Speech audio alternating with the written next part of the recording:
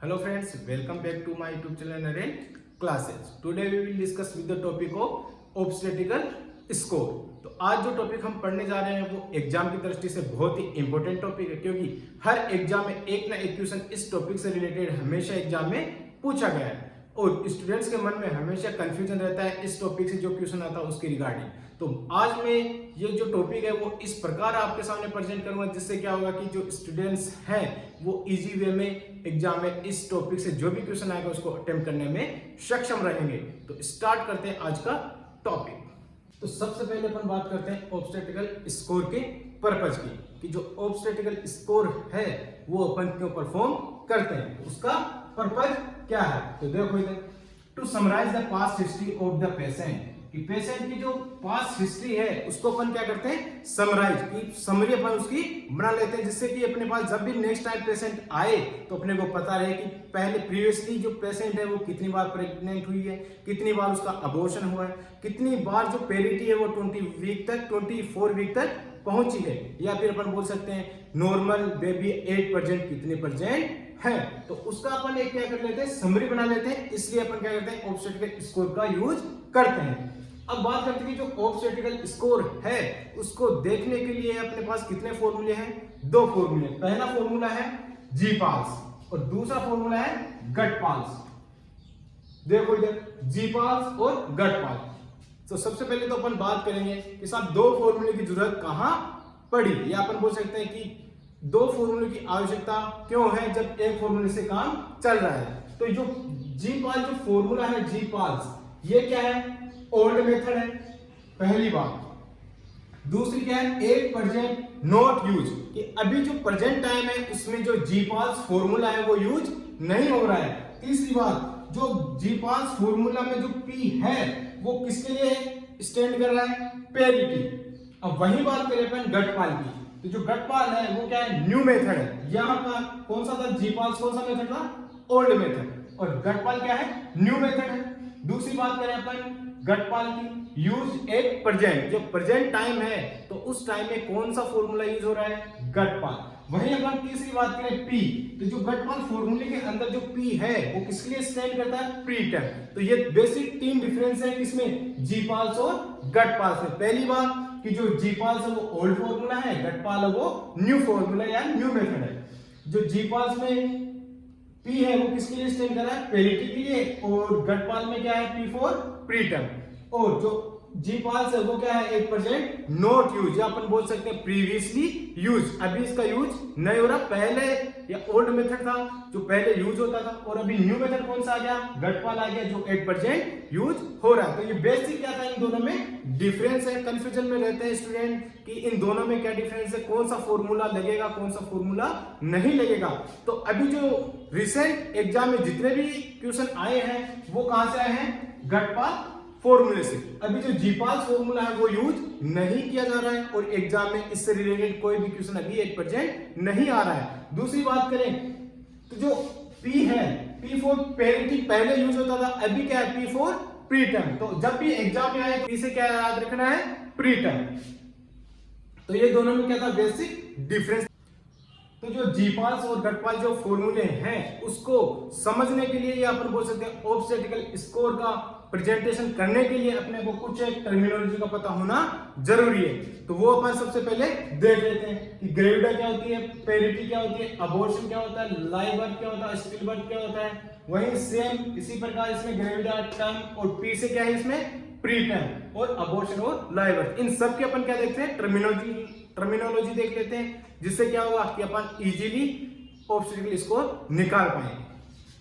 तो सबसे पहले अपन टर्मिनोलॉजी में बात करते हैं ग्रेविडा की। तो ग्रेविडा क्या होता है, तो नंबर ऑफ प्रेगनेंसी, या फिर अपन बोल सकते हैं कंसेप्शन, कि जो नंबर ऑफ प्रेगनेंसी या फिर कंसेप्शन को ही क्या बोलते हैं, ग्रेविडा, कि जो लेडी है वो कितनी बार प्रेग्नेंट हुई है उसको अपन क्या बोलते हैं, ग्रेविडा।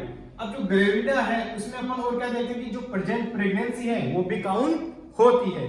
साथ ही साथ अगर अपन बात करें ट्विंस, ट्रिपलेट या क्वाड्रिप्लेट, अगर बेबी क्या है, ट्विंस है, ट्रिपलेट है या क्वाड्रिप्लेट है, तो उसमें जो ग्रेविडा है वो कितनी काउंट होगी, काउंट 1 प्रेगनेंसी, एक ही ग्रेविडा काउंट होगी। और अब अपन बात करें जो टाइप्स ऑफ ग्रेविडा, कितने प्रकार के ग्रेविडा होती है। तो सबसे पहले अपन बात करें नल्ली ग्रेविडा। नल्ली ग्रेविडा का मतलब होता है नो प्रेगनेंसी, की जो लेडी है अभी तक एक भी बार प्रेग्नेंट नहीं हुई है।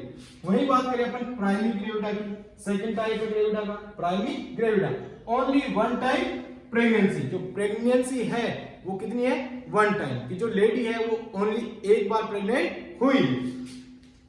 थर्ड अपन बात करें मल्टी ग्रेविडा, तो जो मल्टी ग्रेविडा है उसमें 2 और 3 टाइम प्रेगनेंसी, की जो लेडी है वो 2 या 3 बार प्रेग्नेंट हुई है।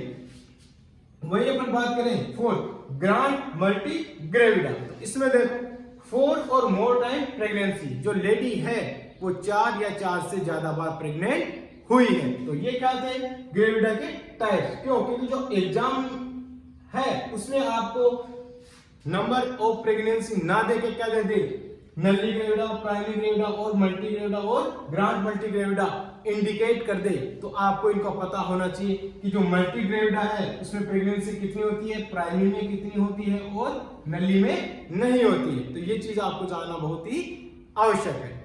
सेकेंड अपन बात करते हैं पेरिटी। जो पेरिटी है वो क्या है, pregnancy reaches up to viability period, जो वायबिलिटी पीरियड है वहां तक अगर प्रेगनेंसी पहुंच रही है तो उसको अपन काउंट करेंगे किसमें, पेरिटी में। अब जो पेरिटी है उसमें देखो प्रेजेंट प्रेगनेंसी नॉट काउंटेबल, ये अपन बोल सकते हैं कि जो प्रेजेंट प्रेगनेंसी वो काउंट नहीं होगी कब, लेस देन 22 वीक। अगर 22 वीक से पहले है प्रेगनेंसी तो वो पेरिटी के अंदर काउंट नहीं होगी, और अगर 22 वीक तक पहुंच रहे या 22 वीक हो गए तो वो काउंट होगी पेरिटी के अंदर। तीसरी पर बात करें जो ट्विंस है, ट्रिपलेट है, क्वाड्रिपलेट है, उसमें भी जैसे कि ग्रेविडा में भी एक ही काउंट करते थे तो पेरिटी के अंदर भी एक ही काउंट करते हैं।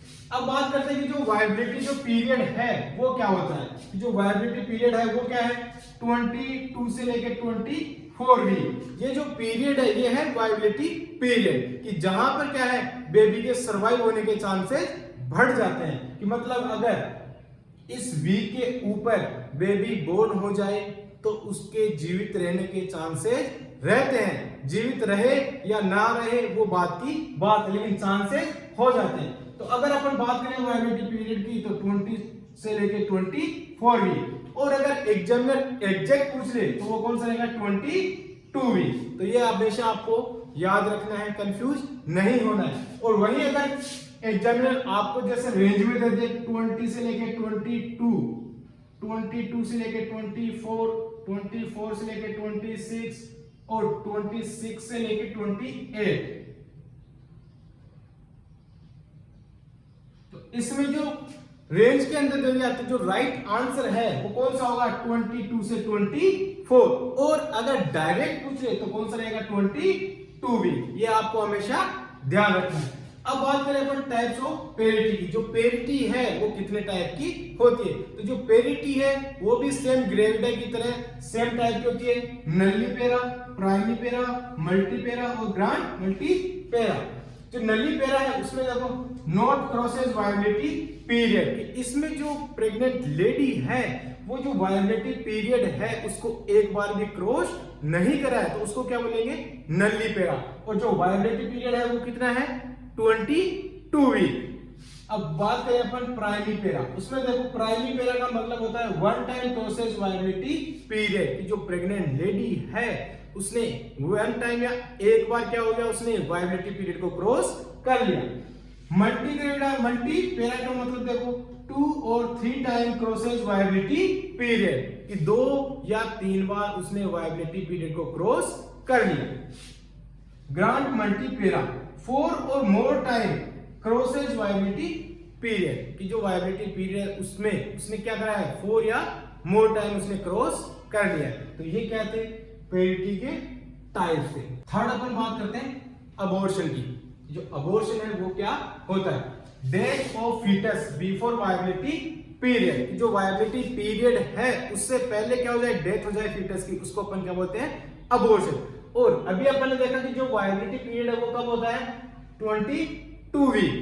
कि जो वायबिलिटी पीरियड है वो 22 वीक पे पहुंच जाए क्या फीटस, तो उसको बोलते हैं वायबिलिटी पीरियड। और उससे पहले क्या हो जाए, डेथ हो जाए, तो उसको बोलते हैं अबॉर्शन। तो अपन बोल सकते हैं कि 22 वीक से पहले अगर फीटस की डेथ हो जाए तो उसको अपन अबॉर्शन बोलते हैं। और दूसरी चीज 500 ग्राम वेट ऑफ फीटस, अगर 500 ग्राम से कम है बेबी या फीटस का वेट और डेथ हो जाए फीटस की, तो उसको भी अपन क्या बोलते हैं, अबॉर्शन।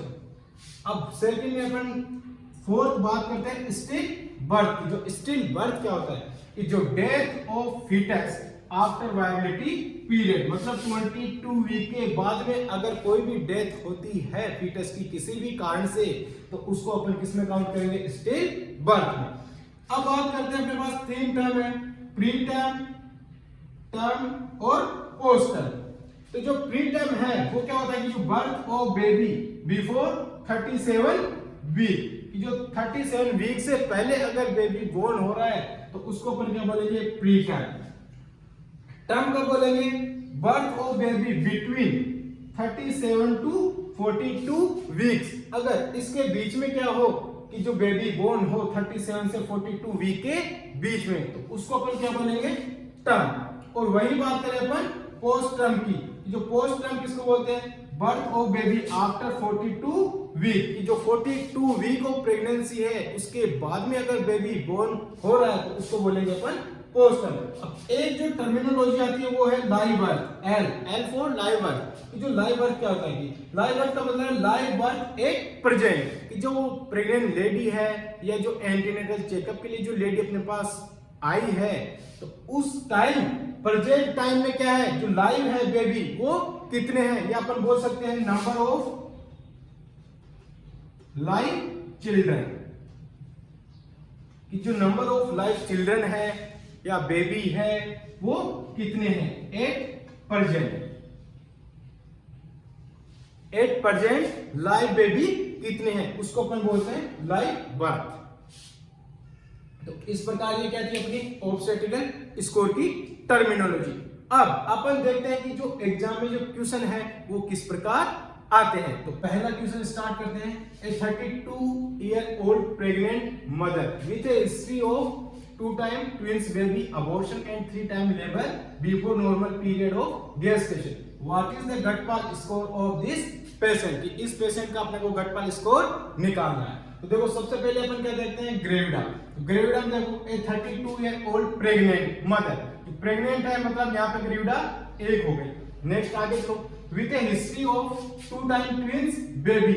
अब 2 बार ये देखो ट्विंस बेबी क्या हो गए, अबॉर्ट हो गई, तो 2 बार ग्रेविडा यहाँ हो गई। अब ट्विंस हो चाहे ट्रिपलेट या क्वाड्रिपलेट हो, अपन ने देखा था ग्रेविडा कितनी होती है, 1 ही काउंट होगी, तो 2 बार क्या हुए हैं ट्विंस अबॉर्शन 2 बार हुए हैं, मतलब दोनों ही बार क्या थे ट्विंस थे और दोनों ही अबॉर्ट हो गए, तो जो ग्रेविडा है वो 2 होगी, तो 2 ग्रेविडा ही होगी। यहाँ पे ट्विंस से 2 नहीं हुए, ट्विंस अगर 1 बार होता यहाँ पे आता 1 टाइम ट्विंस तो ग्रेविडा 1 होती, लेकिन यहाँ पे क्या है 2 टाइम ट्विंस में भी अबॉर्शन, कि जो अबॉर्शन है वो ट्विंस हुए हैं 2 बार, इसलिए यहाँ पे 2 काउंट करें अपन ने, तो 2 बार ये होगी ग्रेविडा। अब आगे चलो, and 3 time labour before normal period of gestation, कि जो normal period of gestation 37 week है उससे पहले क्या हुए, नॉर्मल लेबर हुआ है, तो 3 ग्रेविडा ये हो गई। तो अपने पास ग्रेविडा कितने हो गए, 1, 2 और 3, तो टोटल ग्रेविडा 6। अब बात करें टर्म पे, तो देखो इधर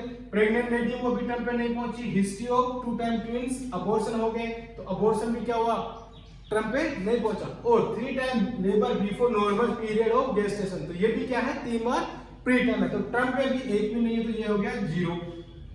अब पी से अपन यहाँ क्या लेंगे, प्री टर्म, यहाँ पे पेरिटी नहीं लेंगे क्योंकि पेरिटी पहले वाले जो फॉर्मूला यूज करते हैं उसमें यूज होती थी, यहाँ पे पी फॉर प्री टर्म है। अब अगर पेरिटी आपसे पूछी जाएगी तो वो अलग से पूछी जाएगी, कि आपको इस प्रकार एक क्वेश्चन दे देगा एग्जामिनर और पूछेगा इसमें पेरिटी कितनी है बताओ, तो वो अलग से आपसे पूछेगा। अगर ऐसे स्कोर में पूछेगा तो पी से क्या आएगा, प्री टर्म आएगा। तो प्री टर्म देखो इसमें प्रेग्नेंट लेडी हो गई पहली, तो ये देखो इधर, तो ये भी अभी प्री टर्म नहीं है, अभी क्या है कंटिन्यूएशन में, history of 2 time twins baby abortion हो गया, तो ये भी अभी नहीं है। और 3 time labour before normal period of gestation, ये देखो बिफोर नॉर्मल पीरियड मतलब क्या हुआ, 37 वीक क्रॉस नहीं करा। नॉर्मल पीरियड कितना होता है 37 से 42 वीक, तो उसको उसने क्रॉस नहीं करा। इसका मतलब ये क्या हो गया प्री टर्म। तो पी से प्री टर्म कितने हो गए 3। अब बात करते हैं अबॉर्शन। तो अबॉर्शन इसमें दे रखा है कि 2 टाइम ट्विंस बेबी अबॉर्शन। अब देखो इसमें ट्विंस 2 बार हुए हैं, तो बेबी ट्विंस 2 बार मतलब बेबी तो 4 है, लेकिन जो अबॉर्शन कितनी बार हुआ 2 बार। तो ये क्या हो गया अबॉर्शन 2 टाइम। अब जो लाइव बर्थ एक परजेंट कितने हैं देखो, ये भी क्या है प्रेगनेंसी कंटिन्यूएशन में है, ये भी परजेंट नहीं है। उसके बाद ट्विंस बेबी क्या हो गए अबॉर्ट हो गए, लेकिन जो 3 टाइम लेबर सक्सेस हुआ वो क्या था बिफोर नॉर्मल और पीरियड मतलब प्रीटर्म थे, लेकिन वो क्या है अभी लाइव है। तो जो लाइव बर्थ कितने हो गए 3। तो इस प्रकार ये अपना क्या था ऑब्स्टेट्रिकल स्कोर दिस पेशेंट। इस पेशेंट का अपना ऑब्स्टेट्रिकल स्कोर कितना रहा G6, T0, P3, A2 और L3। ये सेकंड क्वेश्चन देखो, a female have 2 babies before 2012, 3 times successful delivery before normal duration after 2012 and 4 time dead fetus delivery, and she also faced 3 times gestational abortion. What is the Gatpal score of this patient? तो सबसे पहले अपने क्या देखा है gravida. Gravida देखो इधर, a female have 2 babies, तो 2 बेबीज बिफोर 2010, तो 2 तो यहाँ पे ग्रेविडा ये हो गई। उसके बाद देखो 3 times successful delivery before normal duration after 2012, तो 3 टाइम ग्रेविडा ये हो गई। उसके बाद देखो 4 टाइम डेड फिटस डिलीवरी, तो ग्रेविडा यहाँ 4 हो गई। और she also face 3 time gestational abortion, तो 3 ग्रेविडा यहाँ हुई। तो टोटल ग्रेविडा अपने पास कितने हुई 2, 3, 4 एंड 3, टोटल 12। अब बात करते हैं अपन टर्म की। तो ये देखो ए फीमेल है 2 बेबीज बिफोर 2010, तो ये 2, इसमें अपने को प्रीटर्म नजर आ रहा है क्या कहीं भी? तो प्रीटर्म यहाँ पे नजर नहीं आ रहा, तो ये क्या है टर्म है। तो 2 तो ये हो गए। उसके बाद देखो 3 time successful delivery before normal duration, यहाँ पे देखो बिफोर नॉर्मल ड्यूरेशन आ रहा, मतलब ये क्या है प्रीटर्म है, तो ये काउंट नहीं हो गई टर्म। आगे चलो 4 टाइम डेड फीटस डिलीवरी। अब ये देखो यहाँ पे प्रीटर्म नजर आ रहा है नहीं आ रहा, तो ये जो डेड फीटस हुए वो कहाँ थे टर्म डिलीवरी हुई थी उस टाइम डेड हुए हैं। तो यहाँ पे 4 क्या हो गए टर्म है, तो ये टर्म में काउंट होंगे, तो 4 तो ये हो गई। उसके आगे चलो she also face 3 times gestational abortion, तो ये अबॉर्शन भी टर्म पे नहीं पहुंचे। तो टोटल टर्म पे कितने हुए 2 तो ये और 4 ये, टोटल टर्म 6। अब बात करते हैं पी से प्री टर्म। प्री टर्म देखो इधर 3 times successful delivery before normal duration after 2012, तो ये देखो प्री टर्म कितने हैं 3। अब बात करते हैं अबॉर्शन की। तो अबॉर्शन का भी क्लियर दिया हुआ है, she also face 3 time gestational abortion, तो 3 क्या हो गए अबॉर्शन। अब देखो लाइव बर्थ 8% कितने हैं, ए फीमेल है 2 बेबी बिफोर 2010, तो देखो 2 बेबी तो ये क्या भी लाइव है। उसके बाद 3 time successful delivery before normal duration after 2012, तो 3 ये भी क्या है अभी लाइव है, तो 3 और 2 5 हो गए। उसके बाद चलो 4 टाइम डेड फीटस डिलीवरी, तो ये क्या हो गए डेड हो गए, ये छोड़ दो। उसके बाद she also face 3 time gestation abortion, ये भी क्या हो गए अबॉर्ट हो गए। तो अपने पास लाइव कितने रहे 2 और 3, टोटल 5। तो ये देखो इधर G12, T6, P3, A3, L5। तो इस प्रकार ये अपने पास क्या था ऑब्स्टेट्रिकल स्कोर निकालने का फॉर्मूला। तो आई होप ये वीडियो आपको पसंद आया होगा। अगर ये वीडियो आपको पसंद आया तो इसको लाइक करें, शेयर करें और हाँ इस चैनल को सब्सक्राइब करना ना भूलें।